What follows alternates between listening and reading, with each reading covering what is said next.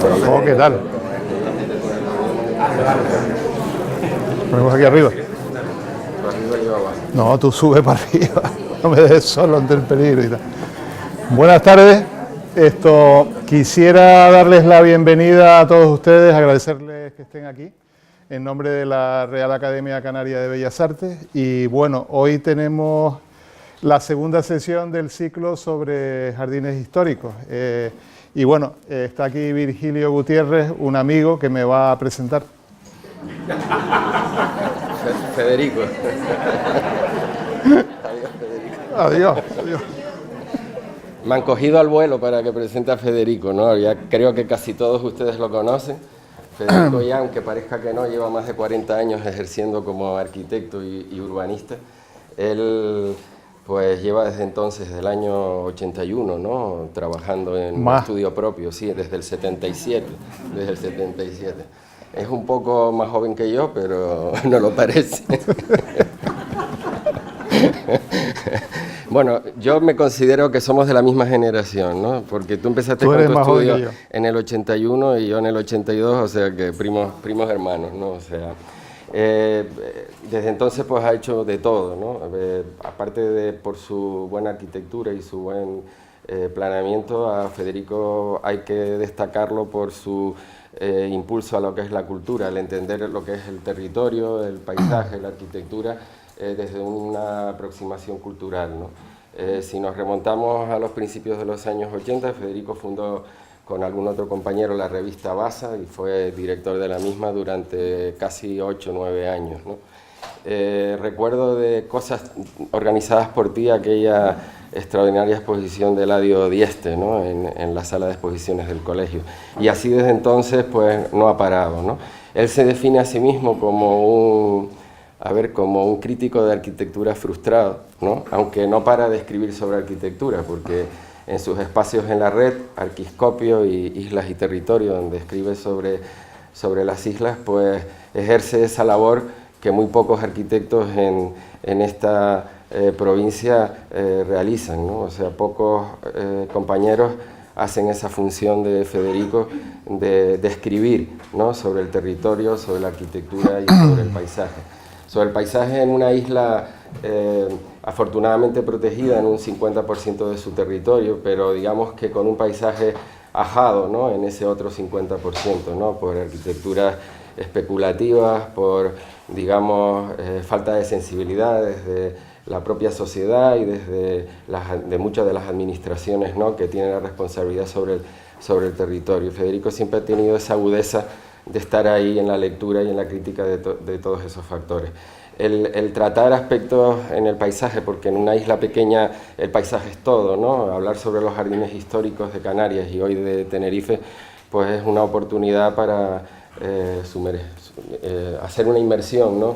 En una de esas partes del paisaje que tantos buenos recuerdos nos trae a todos, ¿no? Que son esos extraordinarios paisajes cargados de plantas magníficas, ¿no? Que jalonan todo nuestro territorio y que, como les decía, han de servir a través de la charla de Federico y de este ciclo que él también coordina para impulsar la protección de todos esos espacios históricos, pero también para provocar esa acción necesaria sobre el espacio público que nos ayude a recuperar lo bueno de ese paisaje no protegido.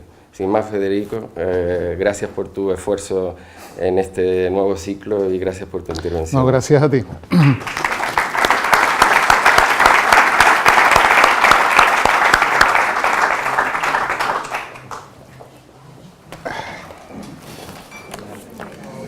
Bueno.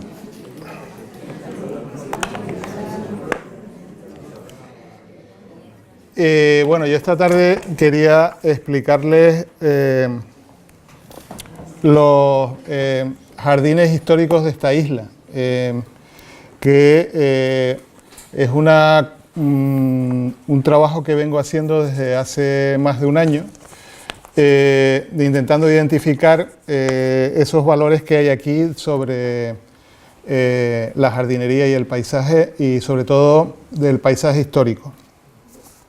Entonces, Canarias, desde que vino aquí a Alexander von Humboldt, pues que fue hacia finales del siglo XVIII, pues él vino aquí en su viaje a las regiones equinocciales, hacia Sudamérica, que luego haría su famoso libro, y a partir de entonces empezó a venir mucha gente a Canarias, atraído pues por una fama que empezó a difundir a Alexander von Humboldt. En ese libro pues hacía una descripción de Tenerife en el que ensalzaba pues evidentemente el Teide como presencia paisajística, y a partir de ahí pues la relación de naturalistas y científicos, escritores y artistas que vinieron a Tenerife, pues no hizo sino incrementarse, y detrás de los científicos vino pues muchísima gente interesada, que pues esto pasaba fundamentalmente por la isla de Tenerife, y visitaban una serie de jardines que ya existían y otros que fueron creándose. Y ese proceso, con el paso del tiempo, fue aumentando y haciéndose cada vez más potente, y pudiéramos decir que eso está en los orígenes de esa industria que hoy nos da de comer, que es el turismo. Y bueno, en principio el paisaje de Tenerife, aquí tenemos una imagen que es de Gumersindo Robaina, que vemos la isla pues como podía ser a finales del siglo XIX, todavía. Un paisaje vacante, presidido en la isla de Tenerife por el Teide y por el horizonte, etc. Y bueno, la gente aquí vivía en este tipo de cabañas y este tipo de construcciones que apenas tenía jardinería en ese momento, pues digamos que el entorno era tan importante y tan presente que en realidad había poquísima práctica de la jardinería, por así decirlo. Y aquí tenemos,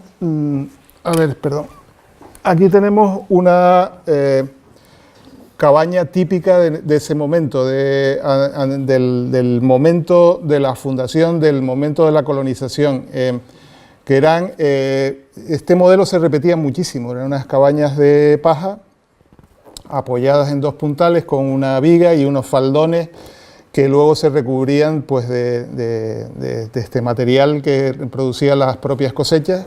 Era un modelo muy habitual en esta isla y bueno, en algunas otras de Canarias. Y esto era un modelo que viene de unas tradiciones de Portugal, portuguesas, ¿no? Al principio de la colonización de la isla de Tenerife, pues vino mucha gente de Madeira y trajeron sus costumbres.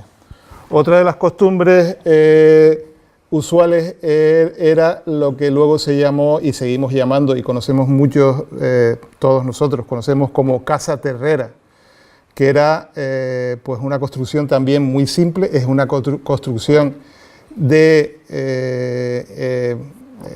tradición portuguesa. El terreiro, que es un término portugués, designa ese patio delante de la casa. Y ahí ya empezamos a ver las plantas usadas de una manera ornamental, que luego pues esto da origen a la jardinería. Y vemos esa parra que está ahí, y en esta casa de Gran Canaria pues el parral y los maceteros empiezan a aparecer, y ya no tienen un motivo de subsistencia, de cultivo, como pudiera ser la parra o para sacar el vino, sino que ya es una cosa recreativa. Ay, perdón, es que no sé si se vio esta casa de Gran Canaria, donde vemos la parra y vemos los plantas en ese patio o terrero. También en los conventos se producía pues algún tipo de horticultura o planteamiento de jardinería, pero fundamentalmente orientada a la subsistencia. Aquí vemos este patio del convento de Santa Clara de la Laguna en una foto de Carlos Schwartz, del 68, o sea, antes de ayer estaba ese convento así. Hoy ese convento está bastante transformado porque se ha restaurado y tal, pero este convento, que era de clausura y sigue siéndolo, las propias monjas cultivaban el alimento, ¿no? Y era una forma de hacer jardinería, pero para la subsistencia.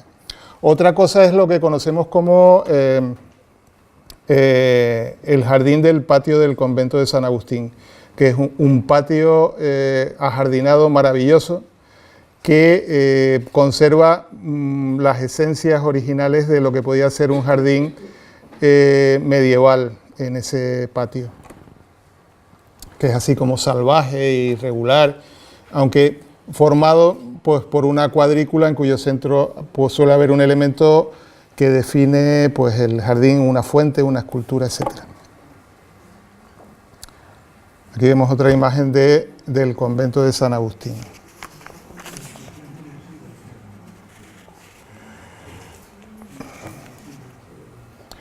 Pero hay que tener en cuenta que al principio el espacio público, entendido como el sitio por donde todos pasamos, por donde todos circulamos, las plazas, etcétera, las calles, pues eran espacios vacantes, vacíos.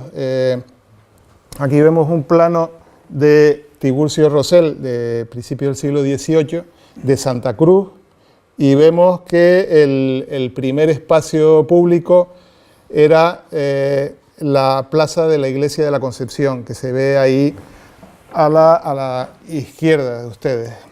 Ese espacio era también un elemento público que viene de las tradiciones portuguesas de fundación. Las ciudades portuguesas normalmente tienen un largo, que es o una calle ancha. Entonces, esta calle ancha, que por ejemplo, la plaza del Ayuntamiento de Santa Cruz de la Palma es de esa tradición, pues existía un largo en Santa Cruz junto a la Iglesia de la Concepción. No sé si se ve, si lo distinguen ahí en el plano de Tiburcio Rosell. El plano de Tiburcio Rosell también tiene otra historia interesante, que es que marca dónde estuvo la Cruz de la Conquista.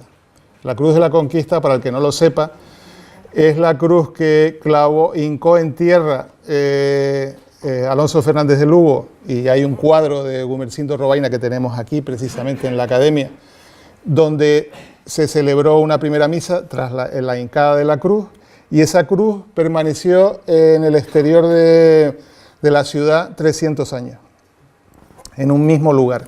Ese lugar es aproximadamente donde está la parada de fundación del tranvía, al lado, como a 10 metros, pudiéramos decir que yo lo he podido situar, estoy interpretando la cartografía. Y era un espacio también sin vegetación, vacío, plano, que se usaba en concreto, es el donde estuvo la cruz, también se usó para matadero de animales. Luego vendría la plaza de armas, que está ahí tras el castillo de San Cristóbal, que ha desaparecido. Este plano es muy interesante porque se ve el castillo de San Cristóbal con su forma renacentista tan característica de 4 bastiones, junto a la caleta de desembarco que se usó muchos años. Al otro lado había una batería, luego estaría la casa de la aduana, y era esto una caleta de desembarco que estaba amurallada. Y bueno, la ciudad de Santa Cruz estuvo amurallada en su costa con un muro de 3-4 metros de alto durante muchísimo tiempo. Y bueno, lo que quería decir, tras el castillo estaba la plaza de armas, o la plaza del castillo, la plaza de la Constitución, lo que hoy conocemos como Plaza de Candelaria. Y si vemos este dibujo, pues era una plaza que no tenía apenas elementos. Esto durante muchos años tuvo escasamente pues, la fuente de servicio a los que no tenían pozo en su casa. Hubo también una cruz de piedra, y finalmente se instaló el famoso monumento a la Candelaria, que es lo que identifica hoy la ciudad, esa parte de la ciudad. Y aquí vemos la Plaza de Candelaria con esos dos elementos que antes nombré, el monumento a la Candelaria y la cruz que tenía. Y era una superficie totalmente plana, sin vegetación. Vemos que todavía la jardinería no ha hecho presencia en la ciudad. En la laguna ocurría algo parecido. Aquí tenemos un extracto del plano de Torriani, donde vemos que la plaza principal, la plaza del Adelantado, pues también era una superficie plana, que esto que tampoco tenía pavimentación, era de tierra, hasta casi antes de ayer, y que tenía una fuente en una esquina, por lo que parece, según dibuja Torriani. En un momento dado se empiezan a aparecer unos elementos ahí en esa plaza. Vemos una doble alineación de árboles, unos olmos que se plantaron allí, al parecer, según he leído, y que esto enmarcaron ese espacio, y es como tenían un carácter decorativo. Esto venía de unas tradiciones a la francesa, por así decirlo. Los reyes de Francia, una vez expandieron la ciudad de París, más allá de la isla de Francia, más allá de la isla donde está Notre Dame, que todos ustedes supongo que conocen, saltaron a la orilla derecha y allí colocaron el castillo del rey, lo que luego daría origen al Louvre. Y de ese castillo empezaron a aparecer avenidas que se marcaban en el territorio con alineaciones de árboles.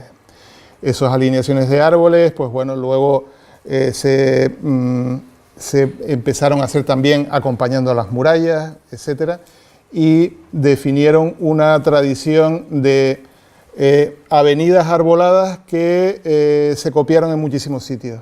La corte española, pues también copió esto. El Paseo del Prado, en inicio, fue una avenida de estas arboladas. Y muchísima gente pues siguió esa tradición de dar sombra a las calles, dar sombra a los espacios públicos, y aquí en Tenerife pues bueno, pues se hicieron algunas aportaciones que ahora veremos. Y aquí vemos en la Plaza del Adelantado un primer inicio de usar la vegetación en el plano para mejorar la calidad ambiental, para mejorar que sirva para el recreo.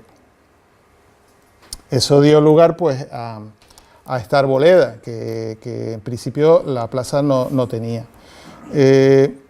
Y que, bueno, aquí vemos una foto de, pues qué sé yo, el último tercio del siglo XX, o de mediados del siglo XX, y el pavimento seguía siendo de tierra, estaban las alineaciones de arbolados, y la plaza ya configurada como la hemos visto.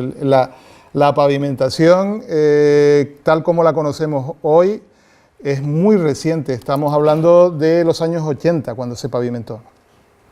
De hecho, en una de las primeras comisiones de patrimonio de Canarias se trató el tema de pavimentar la plaza. En ese momento estaba asfaltado el perímetro, pero el interior de la plaza era de tierra, y se propuso, el alcalde Pedro González propuso pavimentarla. Pues se originó una polémica dentro de la propia comisión. Yo estaba en esa comisión.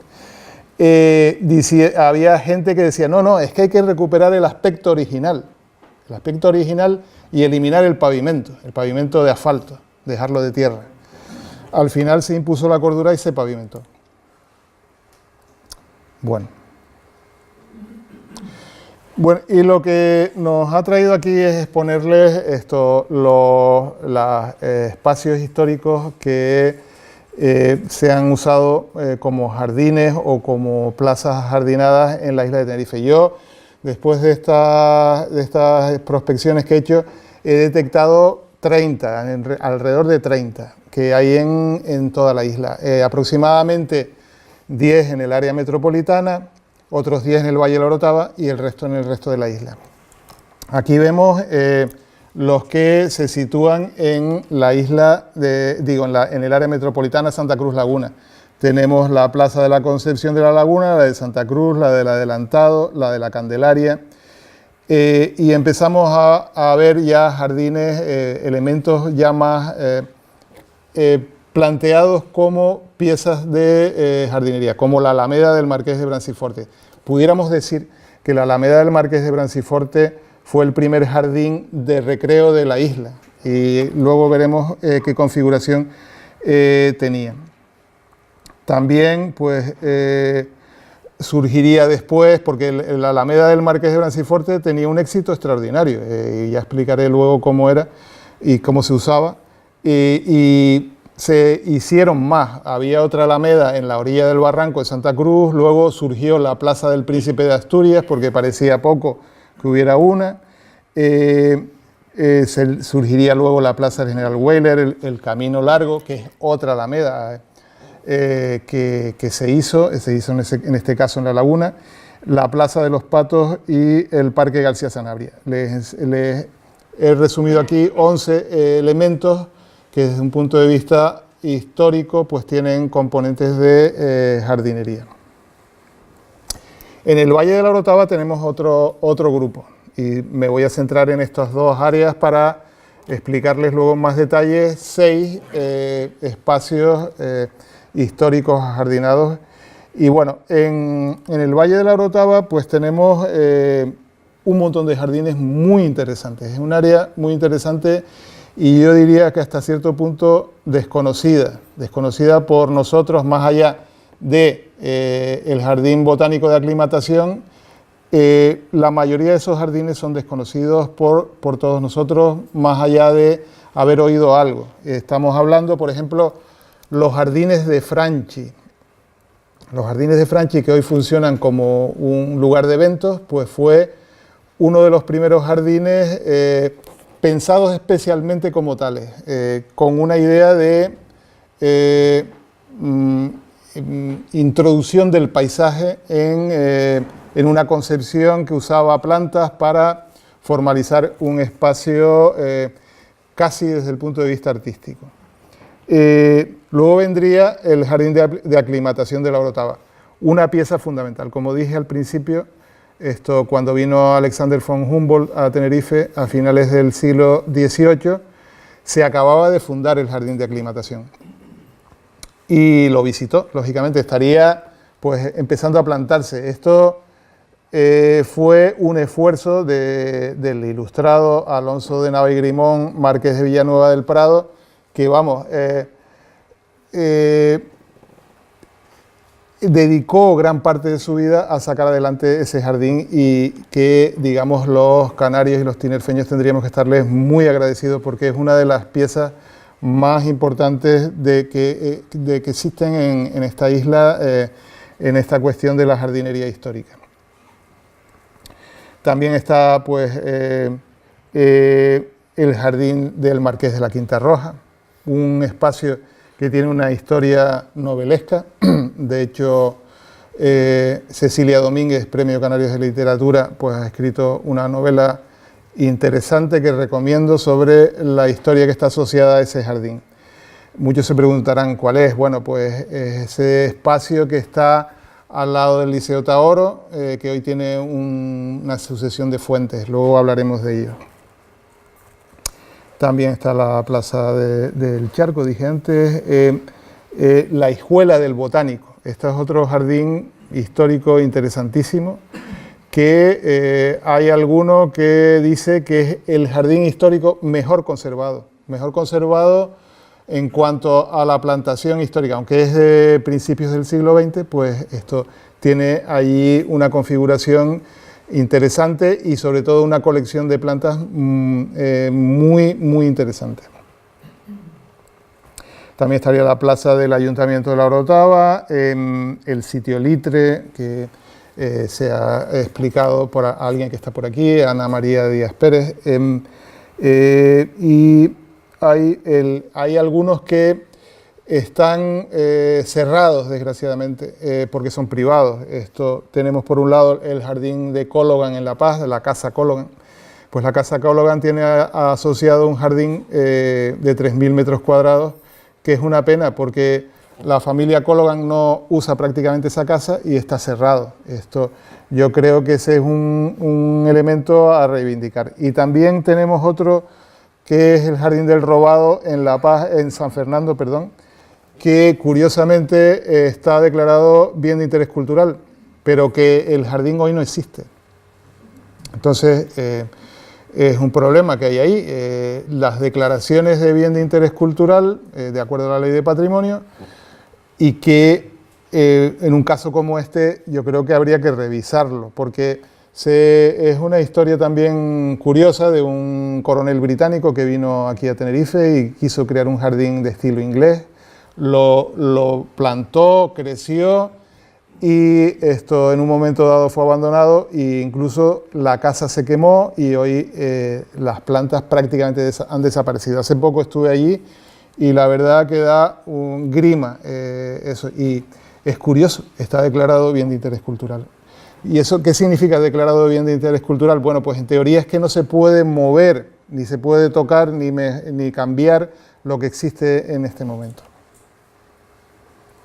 Bueno, haremos un repaso dentro de esos jardines históricos a 6 espacios que creo que vale la pena hablar sobre ellos. Uno es el Alameda del Marqués de Branciforte. Hoy solo conservamos, conservamos porque ha sido reconstruida la portada de ese espacio. Ahora lo veremos con más detalle. Hablaremos luego de la Plaza del Príncipe o Alameda del Príncipe de Asturias, Santa Cruz,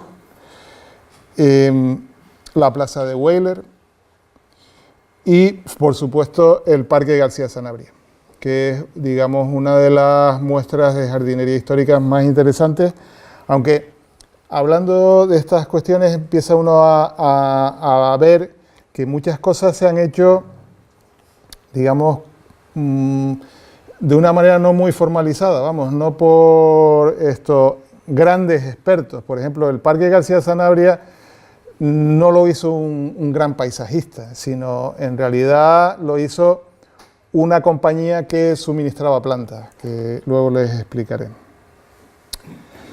En la Orotava veremos el Jardín de Franchi, les explicaré también el Jardín de la Quinta Roja. El sitio Litre no lo voy a exponer, pero sí me detendré un poco más en el Jardín de Aclimatación de la Orotava. Aquí vemos una imagen y espero que este ciclo pues continúe el año que viene ampliando todas estas cuestiones en más detalle, ¿no? Por ejemplo, el Jardín de Aclimatación de la Orotava, pues esto tiene una ampliación ejecutada ya y no se inaugura. No sé cuáles son las razones por las cuales no se inaugura, porque está acabada la obra, digamos, gruesa desde hace ya un par de años, pero no se inaugura. Probablemente estarán esperando a hacer la plantación o que crezca la plantación. Vemos en esta imagen el rectángulo del jardín de aclimatación original, tal como lo concibió Alonso de Nava, y la ampliación por debajo, que está terminada, es una ampliación que es incluso mayor que el propio jardín de aclimatación, pero está ahí a la espera de que se inaugure. Bien, vamos a empezar por el jardín de Franchi, que vemos en esta imagen de Williams que aparecía en las misceláneas canarias de Sabino Bertelot. Ahí está el jardín de Franchi, para que lo podamos vislumbrar, pues es ahí donde está esa palmera.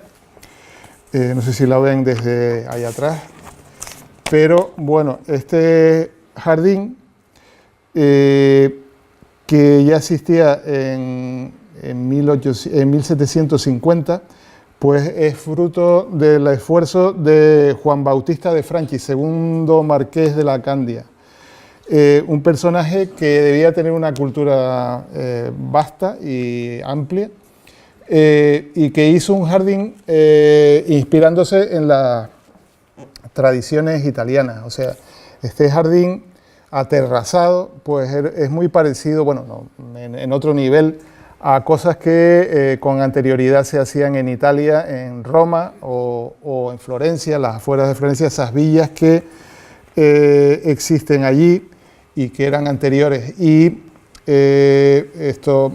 Franchi pues quiso hacer algo así en Tenerife. El diseño del jardín se basaba en la definición de un aterrazamiento, o sea, la Orotava, pues un territorio enormemente dificultoso en la topografía. En esto se parece a, por ejemplo, a espacios a las afueras de Roma o de Florencia, y los italianos usaban una técnica de aterrazamiento, de colocar esto en la parte alta de las propiedades, el edificio, y a sus pies pues el jardín que se iba comunicando, escalonando y comunicando por unas escalinatas.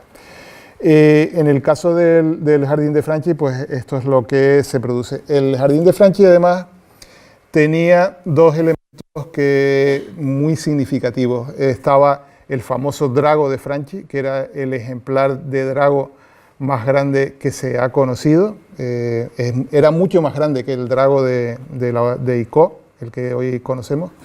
Y también estaba allí la palmera que llamaban de la Conquista, que era una palmera que algunos dicen que allí se produjeron las capitulaciones de Alonso Fernández de Lugo con los menseyes que quedaban del proceso de conquista. Creo que allí se firmó la paz que dio fin a la colonización del archipiélago. En algunos grabados, como este de Simón de Catuá, pues se ve esos elementos. Se ve el drago, de una manera así un poco naif, y la palmera. Y vemos la configuración del jardín. El jardín se estructuraba, como hemos visto antes, pues con un eje central, una especie de avenida que iba apoyada pues con unos cipreses, y a ambos lados pues teníamos el drago y la palmera.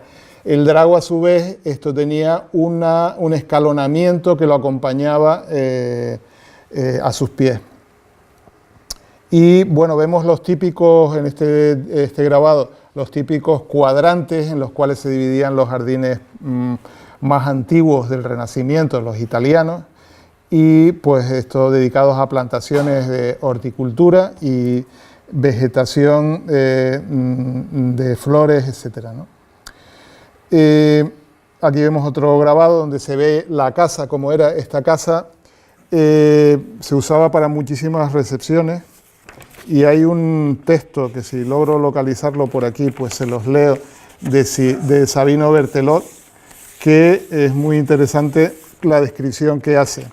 Dice Sabino Berthelot: la casa de Franchi tenía atractivos que aún recuerdo, puesto que para mí la contemplación de la naturaleza es una necesidad.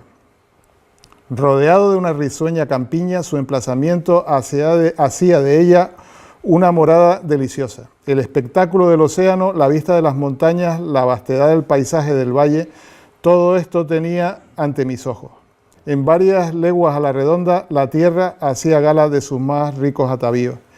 Y cuando en sus bellos atardeceres, cuyo encanto nada venía a enturbiar, yo admiraba aquel sugestivo paisaje a mi alrededor. Todo parecía sonreírme: el cielo, las laderas, el bosque y el mar. Bueno, Sabino Berthelot hacía referencia al uso que tenía esa casa, ¿no?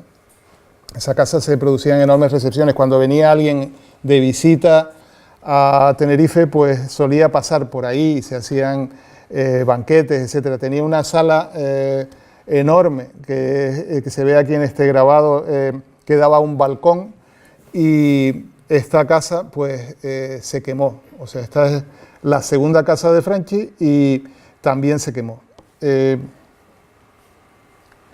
Y bueno, y después estaba el famoso drago. Este drago era inmenso. De hecho, se habla que en el inicio de su copa había una plataforma donde se podían sentar a comer 14 personas alrededor de un tablero que estaba puesto allí, y se hacían recepciones en ese drago. El drago también desapareció. El drago fue derruido por un rayo que lo partió hacia el primer tercio del siglo XIX y quedó este muñón que hacia 1860 pues ya cayó, ¿no? Esto es lo que suele ocurrir con los dragos. También estaba la Palmera de la Conquista, que está en esta foto de Marcos Baeza, pues estamos hablando de 1880 o por ahí, a ver, no me acuerdo la cifra. Todavía estaba. Es un ejemplar de palmera canaria de Phoenix canariensis que subsistía y que tenía una altura considerable. Que antes, como antes expliqué, pues esto se dice que es ahí donde se hicieron las capitulaciones y la rendición de los menceyes que capitaneaban a los guanches de Tenerife.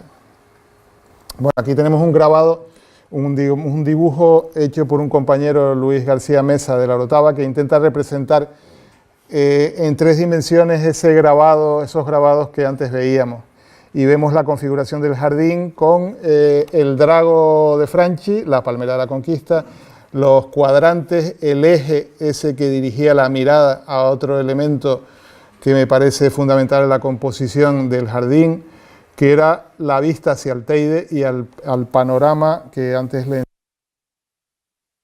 Vamos a volver atrás, que es esa idea de utilizar el paisaje como elemento robado, una cosa que por ejemplo los japoneses usan mucho, el horizonte robado que se integra en el jardín para la composición.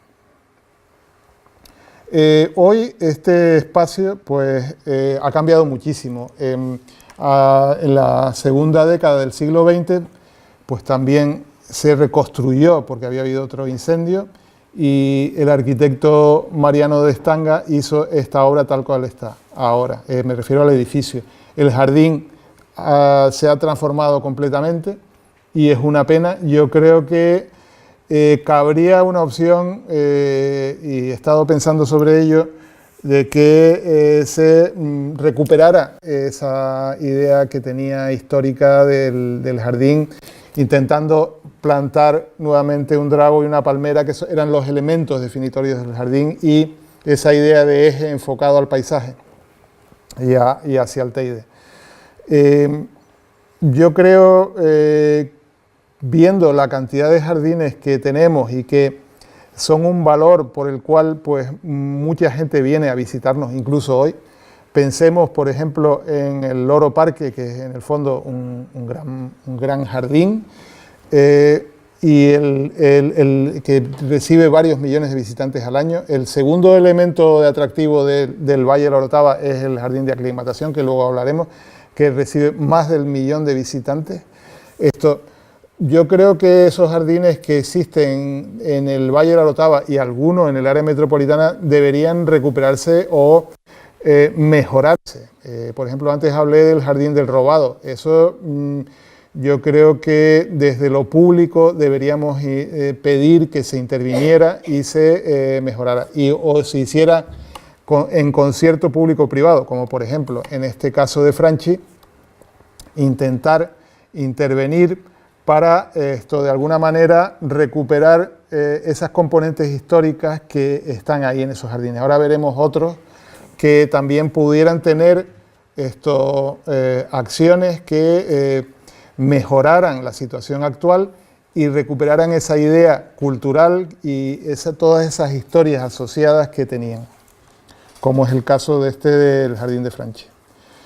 Bueno, y ahora pasaremos a hablar, pasaré a hablar de un segundo espacio paisajístico que creo que es importante, que es el Jardín de Aclimatación de La Orotava.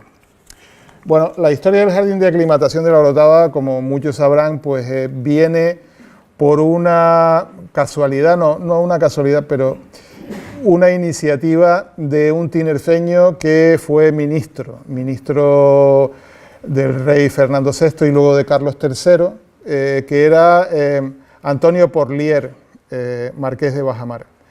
En esa época quisieron hacer un primer jardín botánico en España, que es el Jardín Botánico de Madrid. Y llevaban numerosas plantas y especies allí, provenientes de las colonias y de numerosas partes del mundo, de Sudamérica, de Filipinas, de África, y se les morían. Y entonces el rey preocupado decía, es que tenemos que hacer algo, y entonces a Porlier se le ocurrió, decían, bueno, pues tenemos que buscar un sitio donde las plantas se aclimaten antes de pasarlas a Madrid. Y Porlier, que era tinerfeño, se le ocurrió proponer Tenerife, y enseguida comisionó a un sobrino suyo, que era Alonso de Nava, para que le buscara un lugar. Alonso de Nava, a su vez, estuvo mirando dónde pudiera ser, pensó en principio en la laguna, pero el clima de la laguna pues ya sabemos cuál es, y al final pues optó pues por la localización de la costa de la Orotava, hoy Puerto de la Cruz, en la zona alta de La Paz. Entonces, Alonso de Nava, con cargo a su, digamos, su pecunio, estuvo preparando eso, y le empezaron a llegar plantones y semillas que empezó a plantar ahí, y él no sabía de esto de plantas ni de botánica, y solicitaba ayuda, pero es que solicitaba además recursos, y le decían, sí, ya te lo mandaremos, ya te mandaremos. Y al final de su vida casi estaba arruinado, porque vamos, al final se convirtió para él poco menos que una obsesión este asunto del jardín botánico, y pedía también que le mandaran expertos. De hecho, hubo un jardinero británico que estuvo al principio, que al final acabó yéndose a Estados Unidos, pero que tampoco funcionó bien. Y al final, quien asumió la responsabilidad durante varias décadas fue Alonso de Nava y Grimón para hacer el jardín botánico. El jardín botánico, aquí vemos un grabado de Agustín Álvarez Rixo, pues era un sitio con una conformación muy básica, o sea, esta división en 4 cuadrantes, que es precisamente la que hoy todavía podemos ver, en el centro una fuente, y aquí, digamos, al sur o a la derecha de este dibujo, la izquierda de ustedes, un estanque, y vemos pues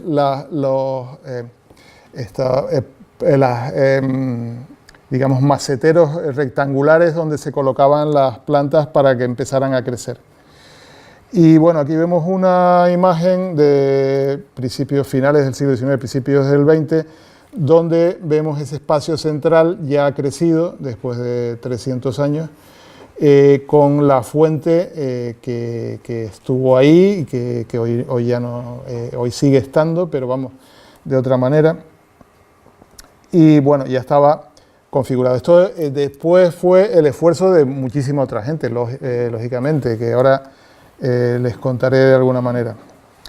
Y bueno, aquí vemos otra imagen que este plano de Hermann Wilpret, el bisabuelo de Godofredo Wilpret, muchos de ustedes lo conocerán, fue un jardinero que vino a encargarse del Jardín Botánico de la Orotava y estuvo pues 40, 50 años a su cargo, y tenía enormes dificultades porque le seguía pasando exactamente lo mismo que Alonso de Nava. No tenía recursos, no le mandaban del ministerio su sueldo, e incluso hay una historia que me parece curiosísima, que es que Hermann Wilpret, el bisabuelo de Wolfredo, cultivaba al lado verduras en sitios que no se usaban para subsistir y para poder tener recursos, porque no le pagaban su sueldo, ¿no? Y entonces, bueno, en este plano empezamos a ver que empieza a aparecer una cosa que a los arquitectos nos llama mucho la atención, que es la forma en que se compone el espacio. Empiezan a aparecer ahí unos círculos que se corresponden con las especies que mejor se habían aclimatado y empiezan a crecer, y que al final configuran la forma de ese espacio. El famoso Ficus elástica, que es inmenso, que le da un carácter interesantísimo al jardín de aclimatación, y otros elementos más pequeños. Aquí vemos otra imagen del jardín de aclimatación en la misma época que la foto anterior. Aquí vinieron muchísimas especies extrañas, desde las ceibas, por ejemplo, que aquí en Santa Cruz tenemos un ejemplar que es un hijo del que se plantó allá, el Ficus elástica que decía antes, y algunas otras como pues un ginkgo biloba, la higuera del Himalaya. Ahí hubo una higuera del Himalaya en el jardín botánico, que es una planta muy curiosa. En el jardín de Franchi, en el patio de la entrada, hay un hijo del que plantaron aquí, y el que plantaron en el jardín de aclimatación ha muerto, pero en el de Franchi sí subsiste un descendiente que está mejor aclimatado arriba que aquí abajo, por un problema de temperatura. Y es un árbol curiosísimo que le crecen higos del tronco. No sé si lo han visto alguna vez, si han ido a la casa Franchi, cuando entren, fíjense que tienen allí la higuera del Himalaya. También vinieron especies ahí como las heliconias, que son tan características hoy, esas plantas que tienen esas flores en racimos rojos, que son como unas espigas de flores rojas, o los pándanos que están ahí en el jardín de aclimatación. Y bueno, pues cuando pasados tantos años ya las especies empezaron a crecer, el jardín de aclimatación de la Orotava era un atractivo ya a mediados del siglo XIX. Muchísima gente venía de visita simplemente a Canarias, y hay un caso que a mí me motiva mucho, que es una señora que se llamaba Marianne North, que viajó por el mundo durante 8 años y su pasión era pintar, y pintó numerosos lugares del mundo, el sudeste asiático, Sudamérica, y pasó en Tenerife 8 meses y pintó numerosos espacios, entre ellos el jardín de aclimatación.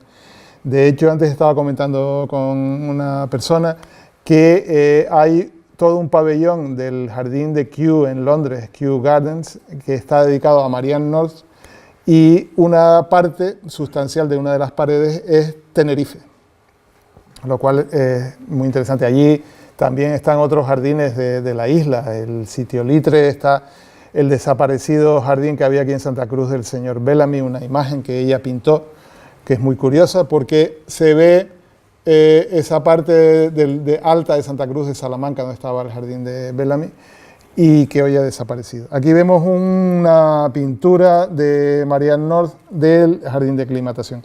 Pero es que hubo muchísima gente más que vino. Hay un libro fantástico que nos describe Canarias, de las hermanas Florence y Ella Ducan. Una era escritora y otra pintora de acuarelas, y Ella Ducan pues, pintó el jardín de aclimatación de la Orotava. Aquí vemos esta imagen del estanque superior, el estanque al sur, con esos cipreses que están ahí, ¿no? Y eso pues ha seguido existiendo, todavía está, ¿no? Yo incluso en 1980 hice esta foto de ese estanque donde todavía pues se percibía la entrada en la composición del paisaje del norte de Tenerife.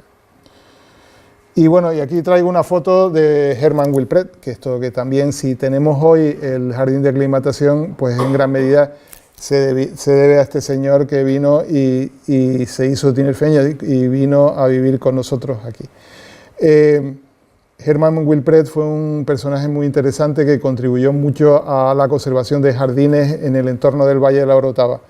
De hecho, otra historia interesante de esta zona es el del jardín del Marqués de la Quinta Roja, que ahora hablaremos, y allí se celebró en el jardín de la Quinta Roja una exposición que tuvo mucha influencia Herman Wilpret, la primera exposición de horticultura de las Islas Canarias, que esto es una tradición británica, o sea, en Inglaterra la pasión por las plantas es extraordinaria y proviene desde mediados del siglo XIX. Allí hay una Royal Horticultural Society que tiene una influencia enorme, hay revistas del Gardener, vamos, teóricos de la jardinería y auténticos fanáticos de la jardinería desde mediados del siglo XVIII. De hecho, después de del desarrollo de la jardinería en Europa, primero en Italia, luego en Francia, hubo un movimiento que es la manera de hacer jardinería británica, que es esa que trata de reconstruir la naturaleza como si hubiera sido, por así decirlo, y que se prolongó durante muchísimo tiempo y todavía subsiste hoy. Y por eso en Inglaterra hay esos magníficos y extraordinarios parques, que en principio eran privados. Que vamos, que la nobleza británica se recluía gran parte del año en sus propiedades en las afueras de Londres y hacían allí sus jardines para ellos solos y sus amigos. Enormes propiedades, a lo mejor, qué sé yo, 20 hectáreas, que es enorme, ¿no? Bueno, y siguiendo con el jardín de aclimatación de la Orotava, aquí les traigo un plano de la situación actual. Y vemos pues esa forma, sigue existiendo los 4 cuadrantes, el estanque y toda esa distribución de círculos y caminos irregulares. Y bueno, pues a esto se le han ido añadiendo cosas que han ido enriqueciendo, como este curioso pabellón de unos compañeros que este año hemos querido honrar con el premio Magíster, que son Domínguez, Anadón y Artengo, que hicieron este pabellón a mediados de los años 80, en un momento que existía la idea de arquitectura que se llamó posmodernismo. Este es el pabellón de acceso. Y en el estanque central hubo una plantación de esta planta que es muy complicada. Esto parecen unos nenúfares, pero son enormes. Estos son unos platos de 1,20 metros de diámetro, 1,5 metros de diámetro.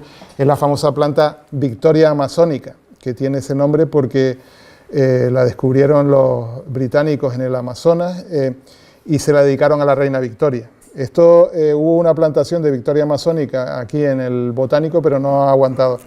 El año pasado estuve allí, le pregunté a una de las cuidadoras del jardín y qué había pasado. Dice, no, es que es muy difícil de tenerlo. De hecho, en Kew Garden sí hay Victoria amazónica, pero está dentro de un invernadero con temperatura controlada, con humedad controlada, etc.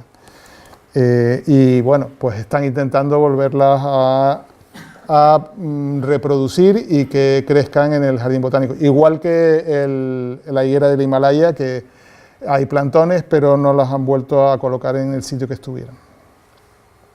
Y bueno, creo que en algún momento habrá que inaugurar este espacio de ampliación, que es la ampliación del jardín botánico. Creo que hay la intención, pero ahí está este edificio espléndido que yo no conozco. Esto es fruto de un concurso que ganaron los arquitectos Artengo, Menis, Pastrana y que se ha acabado pues hace un par de años y tiene este estanque en cubierta y unos espacios, tiene una especie de cañón donde hay flora de mucha humedad y un espacio inmenso también de varios miles de metros por detrás para la ampliación. Bueno, paso a hablarles de otro elemento de jardinería que creo que es fundamental para la historia de este tema en Tenerife, que es la Alameda del Marqués de Branciforte. Esto, cuando llega aquí Miguel de la Grúa, que era capitán general de Canarias y primer marqués de Branciforte y comandante militar también de la isla, tiene el gusto de hacer un regalo que es este espacio, que es una alameda, que es, como dije antes, un planteamiento a la francesa de producir un jardín que sean varias alineaciones de árboles. El jardín de la Alameda del Marqués de Branciforte se trataba pues de un pequeño recinto acotado rodeado por unas tapias a la que se accedía por esa historiada portada que hoy vemos allí reconstruida.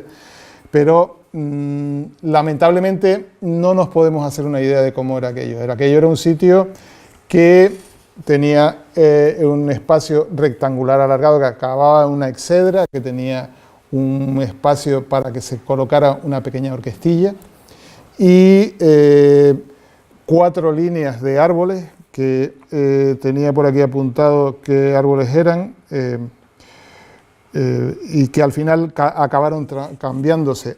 Eran unos árboles que trajeron precisamente del jardín de aclimatación, de plantones del jardín de aclimatación, 4 filas y unos bancos corridos a ambos lados, al lado de las tapias, etcétera, donde iba la gente a pasear allí. Y tenía un éxito tremendo, o sea, todas las tardes había una orquestilla y la gente iba a pasear, entraba, e incluso creo que hubo una época que había que pagar por entrar. De hecho, todos los que venían a Santa Cruz, pues acababan su jornada allí. Eso lo describe también esta Olivia Stone, es una escritora inglesa que hizo un libro que se llamaba Tenerife y sus 6 satélites, que curiosamente está editado por el Cabildo Insular de Gran Canaria. Hay una copia hoy, que es de hace una década, aunque el libro lógicamente es del siglo XIX. Ese espacio pues fue demolido y bueno, lo que hoy tenemos es una reminiscencia de lo que pudo ser marcada en el suelo, con un albero y unos límites. Yo creo que a lo mejor podría ser interesante también avanzar un poco más en una recuperación de ese espacio para que pudiéramos percibir cómo era espacialmente. Me refiero a lo mejor generar no el muro que existía, pero sí algo que nos denotara un poco más ese sitio y recuperar las 4 hileras originales que hubo allí y la exedra final junto con el stand para la orquestilla. Aquí vemos una foto de cómo era ese espacio, cuando crecieron los árboles. Al final sustituyeron los árboles iniciales por los clásicos laureles de Indias que todos conocemos y que al final se han hecho tan canarios como nosotros. Ese espacio, allí al fondo vemos el stand de la orquesta, que había también una pequeña fuente, los bancos y ese paseo. Aquí vemos también cómo era eso, imagínense cómo debía ser ese lugar en la entrada del muelle. Ahí vemos en un lateral el camino que iba a Taganana hacia San Andrés, lo que hoy sería la calle de la Marina. Y ese espacio que empieza a tener sombra, que era algo interesante y un sitio que al final se convirtió en una de las principales atracciones de la ciudad. Y este es el dibujo original que dio origen a esa obra. Es un proyecto del ingeniero militar Andrés Amat de Tortosa, que por encargo de Miguel de la Grúa, marqués de Branciforte, pues proyectó ese espacio pues a la manera francesa, como decía antes. Aquí vemos otra foto de ese espacio con los árboles sufriendo pues la agresión del mar, de la sal, que se intentan retirar, y una foto, digamos, más reciente de cómo era ese espacio en el tránsito del siglo XIX al XX. En su trasera se construyó posteriormente la comandancia de ingenieros y tenía pues esta formalización. Pero es curioso porque esas alamedas luego se exportaron a otras zonas de la isla. En la laguna hubo 2, de las cuales espero que podamos hablar más extensamente en una conferencia que se pueda tener sobre las alamedas. En la laguna estaba, en el Camino de las Peras había una, ahí vemos marcado en el plano, abajo, aquí a la izquierda, pues vemos, o a la derecha de ustedes, se me cayó el micrófono. Vemos la que estaba en el Camino de las Peras. Y el camino largo, en origen, era también una alameda. que aquí vemos una foto de cómo estaba a principios del siglo XX. Gracias.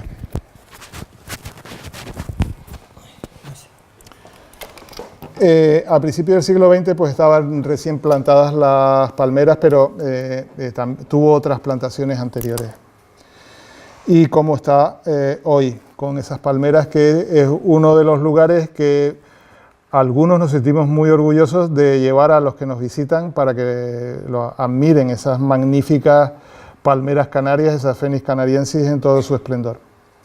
Aquí hay un plano de la situación actual, de cómo está configurado el pavimentado, con asfalto y piedra, y bueno, cómo está ese espacio. Bueno, y pasaremos a hablar ahora de otro lugar emblemático de Santa Cruz. Estoy intentando hacer un recorrido, digamos, por fechas, siguiendo el orden cronológico, cómo fueron apareciendo estos jardines. Al principio les mostré el de Franchi, que digamos que es el primero histórico, luego el jardín de aclimatación, que sería el siguiente, y la Alameda de Branciforte vendría después. Y posteriormente, a mediados del siglo XIX, aparece la Plaza del Príncipe de Asturias, o Alameda del Príncipe de Asturias, como se llamó originalmente. Este es un proyecto del arquitecto neoclásico de todos conocidos, Manuel de Oraa y Arcocha, que hacia alrededor de 1860, pues termina la obra de la Plaza del Príncipe, que era originalmente la huerta del convento de San Francisco. Esto es el resultado del proceso de desamortización, que las propiedades religiosas fueron subastadas y pasaron a propiedad privada, y un privado al final acabó concertando y cediendo al ayuntamiento esa propiedad, manteniendo la iglesia, el obispado, la propiedad de la iglesia y algunas dependencias.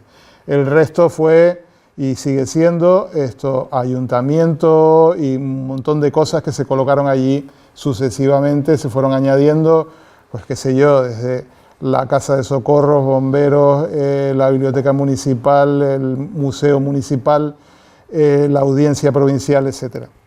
Y la huerta, pues se pretendió hacer una segunda alameda que complementara la de Branciforte. Ya que tenía tanto éxito, pues esto se quería hacer otra, que permitiera con mayor amplitud ese uso lúdico.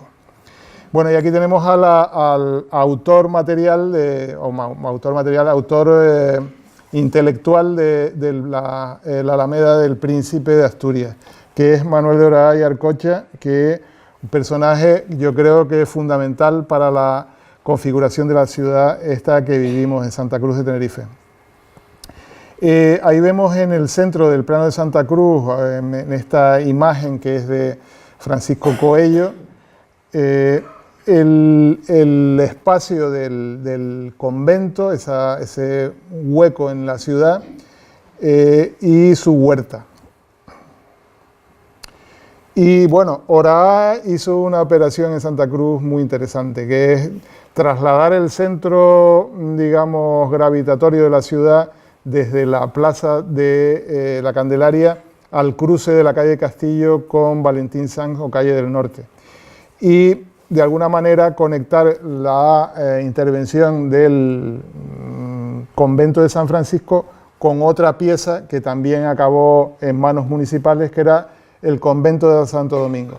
Mientras en el convento de San Francisco se colocaron todas esas cosas que dije antes y se hizo la Alameda del Príncipe de Asturias, en el convento de Santo Domingo se demolió en su totalidad y se colocaron allí pues el mercado de abastos Recoba Vieja y el Teatro Guimerá. Y se conectaron por esa vía transversal perpendicular que define, como pudiéramos decir, como decían los romanos, el Cardus y el Decumanus de la ciudad, esa orientación norte-sur en la calle Valentín Sanz y este-oeste la calle del Castillo. En en el acceso al convento de Santo Domingo, donde se colocó Teatro Guimerá y la Recoba Vieja, pues había la fuente de Santo Domingo, otro elemento, una pequeña placita fundamental en la historia de la ciudad. Aquí en este plano también vemos en rojo otras piezas importantísimas de la obra que nos ha legado Manuel Dorá. Está el antiguo Hospital Civil, hoy Museo de Naturaleza del Hombre, la sede de la Sociedad Santa Cecilia, donde tenemos hoy el Parlamento de Canarias, con su estilo, digamos, neoclásico schinkeliano, a la manera de Schinkel, del arquitecto alemán, neoclásico, y el edificio donde nos encontramos hoy, que lo vemos ahí en la parte alta del plano en rojo. El edificio de Irineo González, que es una donación de un alcalde de Santa Cruz importantísimo, que es Bernabé Rodríguez. Bien, la Plaza del Príncipe es una operación de reestructuración de alineaciones. O sea, Orá tenía una manía, por así decirlo, de intentar cuadrar la ciudad y transformar sus alineaciones para que conformaran espacios cuadrados, por así decirlo. Aquí vemos la Plaza del Príncipe en esta imagen, como ese espacio verde que aparece ahí en medio, y es como un cuadrado perfecto. Y tuvo que cambiar las alineaciones de las calles laterales para conseguirlo. Y bueno, ese espacio pues se configuró como una plataforma horizontal y por eso tiene ese muro tan potente y rodeado por una cerca que se remató con esta verja y esas pilastras con macetones de mármol que vemos aquí. Y esas dos estatuas que definen el acceso principal al espacio. Curiosamente, cuando se aprobó el Plan General de la Ciudad de Santa Cruz en 1956, les entró una fiebre que era la de cambiar todas las alineaciones de la ciudad histórica.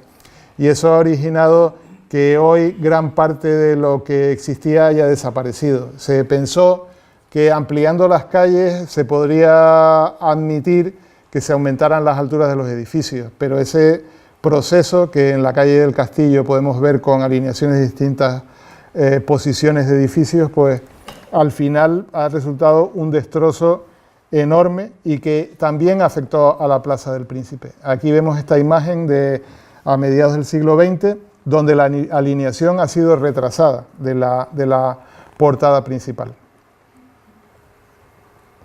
Y este era, así como lo que veíamos antes era un kiosco que hubo allí, antes del kiosco había una fuente en ese espacio y es un sistema, una vez definido el cuadrado, se produjo allí o se definió la composición como un círculo, como un paseo circular por el cual se circulaba. Y bueno, aquí vemos el kiosco que tenemos actualmente, que bueno, pudiéramos decir que el anterior es quizá más pintoresco. Pero bueno, lo que quería traer a colación respecto de la Plaza del Príncipe y hacer ver que los espacios no son siempre o permanecen siempre iguales, sino que se le van introduciendo, se van cambiando, se van transformando constantemente. Entonces, antes decía Virgilio, es que estaría bien proteger, es que hoy, y quisiera hacer una pequeña reflexión sobre esto de la protección, hoy hay una obsesión con proteger todo y catalogarlo para que no se modifique y de alguna manera estamos congelando todo constantemente y impedimos que las cosas puedan rehabitarse, reutilizarse. Y les traigo este ejemplo de la Plaza del Príncipe de que no existió una imagen o un momento ideal que fue el origen, sino que constantemente pues, ha estado modificándose, cambiándose, se han cambiado las alineaciones, se han cambiado los elementos, han desaparecido plantas, se han plantado otros árboles, etc. Y lo mismo ocurre con los edificios, con lo cual esta obsesión protectora para que no se cambie nada, pues en realidad es que impide que las cosas se conserven realmente En la ciudad es fundamental que las cosas se reutilicen para que puedan conservarse. A ver. Bueno, y paso a contarles otra historia y vuelvo a la Orotava, que es el jardín de la Quinta Roja, o del Marqués de la Quinta Roja. El jardín del Marqués de la Quinta Roja, o del Hotel Victoria, los de la Orotava lo conocen como los Jardines Victoria. Es un elemento paisajístico interesantísimo y con una historia asociada truculenta y muy romántica. Vamos a ver esto. Diego Ponte del Castillo, Marqués de la Quinta Roja, era un personaje con una formación cultural muy amplia. Estudió en París, visitó numerosas ciudades europeas y en uno de esos momentos pues entró en la masonería. Y explico esto para el que no conozca la historia. Y en un momento dado vuelve a Tenerife, ingresa lógicamente en la logia de Añaza y luego funda otra logia masónica en la Orotava. Y esto, a causa de una fiebre indeterminada, probablemente una enfermedad bastante grave, viene a morir en una de las propiedades de la familia, que es la Quinta Roja de Garachico. Y su familia lo trae a la Orotava para enterrarlo en el panteón familiar, en el cementerio de la Orotava, y el párroco se opone radicalmente porque dice que en Camposanto no se entierran masones. Y se origina ahí una polémica tremenda que durante varios años pues estuvo ese cadáver rondando, no se sabe muy bien. Y la madre del marqués, doña Sebastiana del Castillo, muy dolida por esa situación, decide hacer un panteón en honor de su hijo y un cementerio privado, que no podía ser, en honor de su hijo y donde lo enterraría. Y encarga a un amigo suyo, Adolphe Coquet, un arquitecto de Lyon, la realización de unos bocetos y un proyecto para un cenotafio en honor a Diego Ponte del Castillo, Marqués de la Quinta Roja. Curiosamente se hace la obra, que es esta edificación, que es enormemente interesante porque tiene muchísimas connotaciones masónicas. Los peldaños se enumeran, hay símbolos, las plantas son referencias a temas de la masonería, hay grabados, por todos lados aparecen los símbolos masónicos, etc. Coquet viene a Tenerife a realizar este edificio y toda su construcción fue preparada en su ciudad, en Lyon, y traída aquí pieza a pieza y montada aquí. Y al mismo tiempo, Sebastiana del Castillo, ayudada por algunos amigos, su médico, etc., van construyendo el jardín que iba a acompañar este mausoleo. Ese jardín tiene una enorme inspiración británica, o tuvo una enorme inspiración británica, y ha desaparecido totalmente. Hay algunas imágenes por ahí, como esta, que tenía este aspecto como de umbría, de espacio sombrío y misterioso que acompañaba al mausoleo, que era muy interesante. De hecho, pues se plantaron numerosas especies típicas de los jardines de los cementerios, junto con otros elementos arbolados. Ahí vemos unas araucarias excelsas. Curiosamente, se nombra los que hicieron el jardín, una planta que no existe realmente, que es el Lotus Peleorhynchus, que dice uno, y bueno, ¿y eso qué es? Y en realidad es una denominación que se inventaron, es la bugambilla gabler, las bugambillas que estaban en el jardín, junto con madreselvas, y también se mezclaron plantas locales, dragos, el Lotus bertelotti famoso, pues se colocaron en este jardín para formar un espacio misterioso que numerosos visitantes fueron a ver. que venían al valle y a la Orotava.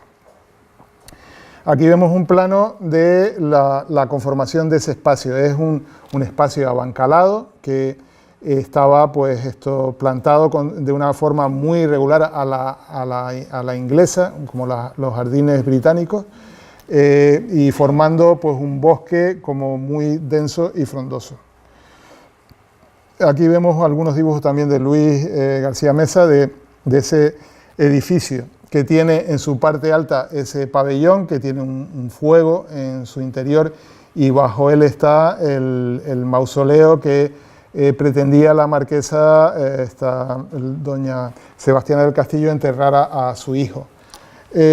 Lo curioso es que cuando se acaba el edificio, iban a enterrar a Diego Ponte, pues estaba ya enterrado en el pabellón, en el mausoleo del cementerio, porque la mujer de Diego Ponte era sumamente católica y había ido a hablar con el Papa y había conseguido una bula, un permiso papal para enterrar en el cementerio municipal, y no se lo había dicho a nadie. Y total, que este mausoleo siempre ha permanecido sin ocupar. Y de hecho el libro de Cecilia Domínguez se titula El sepulcro vacío. Es muy interesante la historia, ¿no? Y entonces la historia de Cecilia Domínguez es interpretada como por el hijo intentando averiguar la historia de su padre. Bueno, y aquí hay un plano de interpretación de cómo era ese jardín con el mausoleo cenotafio instalado ahí. También había pues esas alineaciones de cipreses y otros árboles que le daban esa configuración de cementerio. Hoy ese jardín es otra cosa totalmente distinta. De hecho, sufrió una transformación radical debido a la guerra. Esto en un momento dado, bueno, ya esto lo heredaron otras personas y plantaron ahí simplemente para sobrevivir, hortalizas y qué sé yo, y al final acabó en manos del ayuntamiento, y el alcalde Isaac Valencia, con buena intención, pues ha hecho este planteamiento de jardín que no tiene nada que ver, este jardín a la francesa lleno de fuentes y de geranios y qué sé yo, pero que ha, digamos, no interpretado correctamente o intentado recuperar el carácter del jardín. Bien, y esto es una foto también reciente del mausoleo, muy curioso, muy trabajado. Y da la casualidad que yo, una de las últimas obras que he hecho de arquitectura la hice dando frente a este jardín, que es este edificio extraño que se ve ahí con una especie de ojo esfinge que mira al Jardín de la Quinta Roja, y yo la historia no la conocía cuando hice el proyecto, y bueno, lo que sí hice fue un ventanal que mira al mausoleo. Y bueno, no quiero extenderme mucho porque ya llevamos 1 hora y 11 minutos de este asunto, pero les voy a explicar para acabar algunas cosas de Santa Cruz otra vez. La Plaza Weyler, esto a finales del siglo XIX, el último tercio, se amplió la calle del Castillo hacia el oeste para abrirlo a, digamos, el espacio donde estaba el hospital militar entonces, y luego sería Capitanía General. Y se conectó la plaza de Weyler y se volvió a trasladar el centro neurálgico desde el cruce que dije antes, Castillo, Valentín Sanz, a la plaza de Weyler. Y esto es una idea de otro arquitecto que vino después de Oraa, que era Manuel de Cámara, que proyectó ese nuevo cardo y decumano de Santa Cruz, que coincide con el final de la calle del Castillo, el comienzo del Camino a la Laguna o Rambla de Pulido, y como perpendicular la Rambla 25 de Julio, Avenida La Salle. Y en ese cruce se coloca la plaza de Weyler. Aquí vemos algunas imágenes de final de la calle del Castillo y el comienzo del Camino de la Laguna, Rambla de Pulido.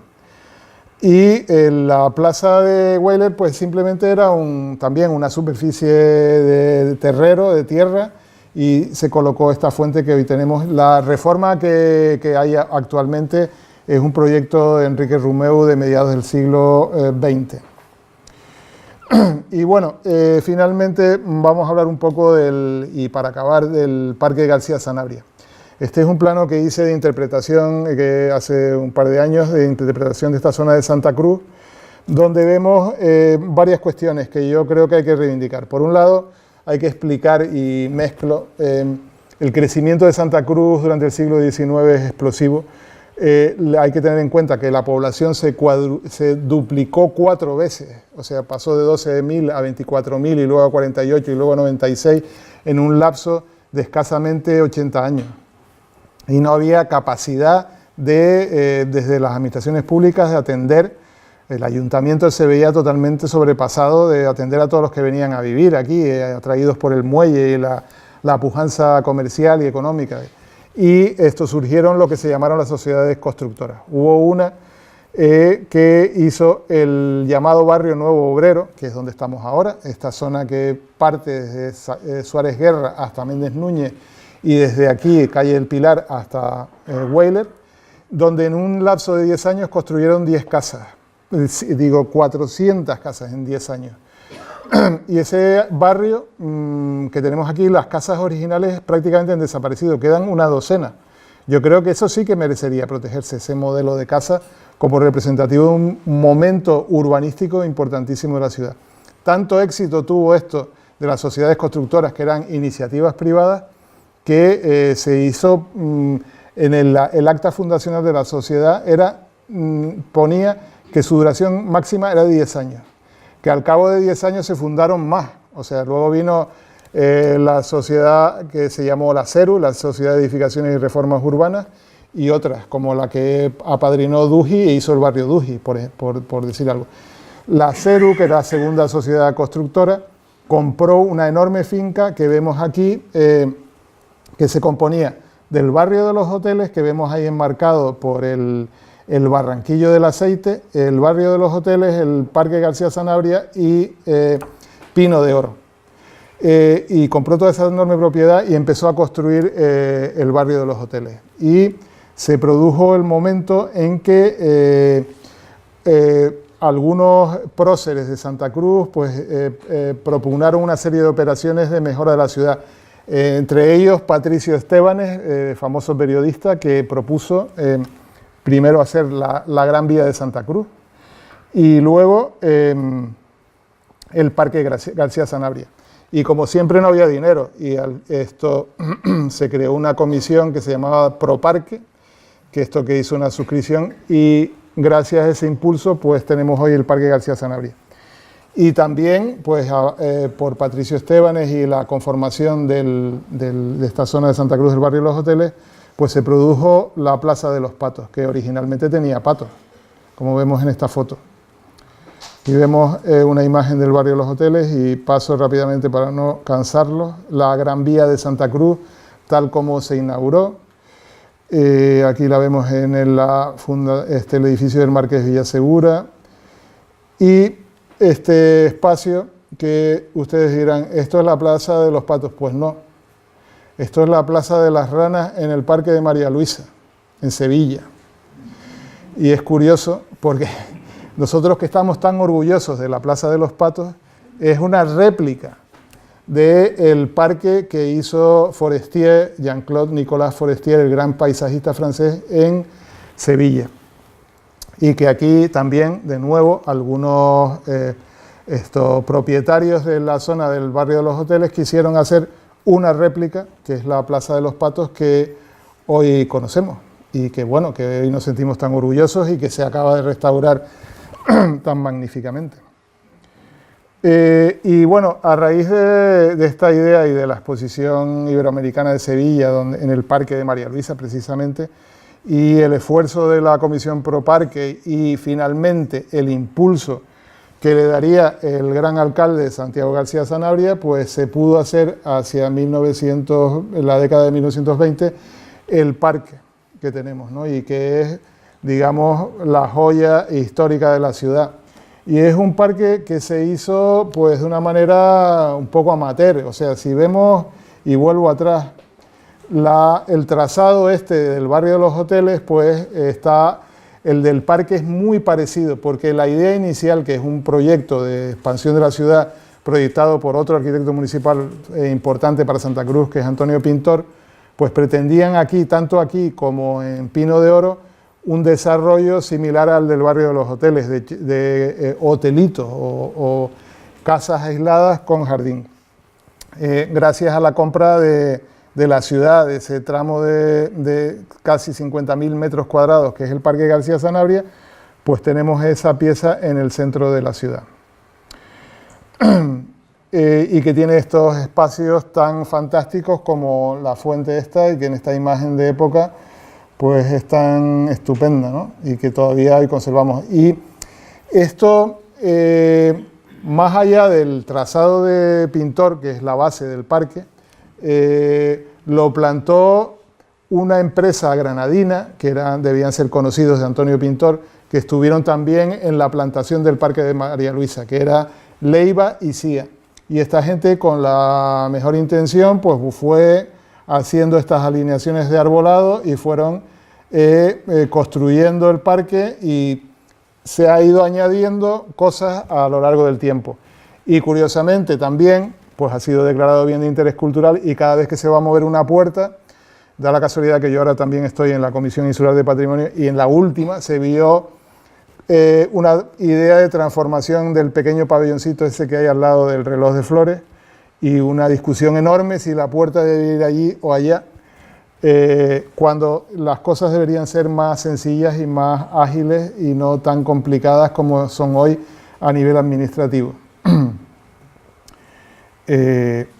Y bueno, aquí vemos un plano de la ciudad donde vemos el trazado ese de Pintor, con una parte del barrio de los hoteles ya construido, y vemos que en Pino de Oro pues se pretendía también hacer algo parecido, pero parece parque, pero en realidad lo que se pretendía era construir edificios residenciales. Bueno, y el parque pues se le fueron añadiendo piezas, como el monumento a García Sanabria. Aquí vemos otra muestra de ese trazado de Pintor, cómo estaba la planta del parque hasta que se hizo la renovación, y la situación actual con esa idea de crear la espiral tan atractiva para su venta, y que en realidad pues es una innovación, ¿no? O esos espacios tan fantásticos como el del Paseo de los Bambús. Y aquí tenemos la situación actual. Este es un dibujo de un alumno mío del Parque García Sanabria. Y otras piezas que son interesantes, que tanto valoramos, como el reloj de flores o la fuente del estanque de las fuentes estas, y cosas que se han añadido nuevas, como este jardín de cactus, que es muy interesante, o este estanque, que son cosas novedosas. O piezas tan interesantes como este reloj y termómetro del arquitecto Domingo Pisaca con la tortuga, que digamos el termómetro ha desaparecido. Y bueno, pues cierro esta charla con esta imagen del Parque García Sanabria. Yo creo que todavía podíamos mejorar un poco más estos espacios históricos. Por ejemplo, ya les he nombrado que se puede hacer mejoras en el de Franchi, en la Alameda del Branciforte. En el puerto hay dos piezas que se deberían hacer alguna inversión pública, como es la Casa Cologan y el Jardín del Robado. Y bueno, pues mejorar el atractivo de esta isla y para el disfrute de todos nosotros y de los que nos visitan. Y muchas gracias.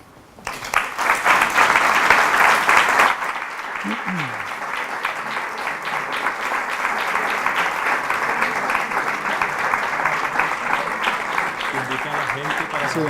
Bueno, y una última cosa, como coordinador de este ciclo, invitarles a la próxima charla, que tendrá lugar dentro de 2 semanas, el lunes dentro de 2 semanas, que vendrá la profesora Flora Pescador, que es profesora de la Escuela de Arquitectura y especialista en estas cuestiones, que nos va a hablar de precisamente los jardines históricos en la isla de Gran Canaria. Y estaríamos muy interesados pues que vinieran a escucharla, y agradecerles su presencia aquí. Y si tienen alguna pregunta o algo, pues no sé, yo me ofrezco a contestarles las dudas que tengan o si no lo dejamos aquí. ¿Alguna pregunta? Bueno, pues acabamos entonces porque ha estado un poco larga. Muchas gracias.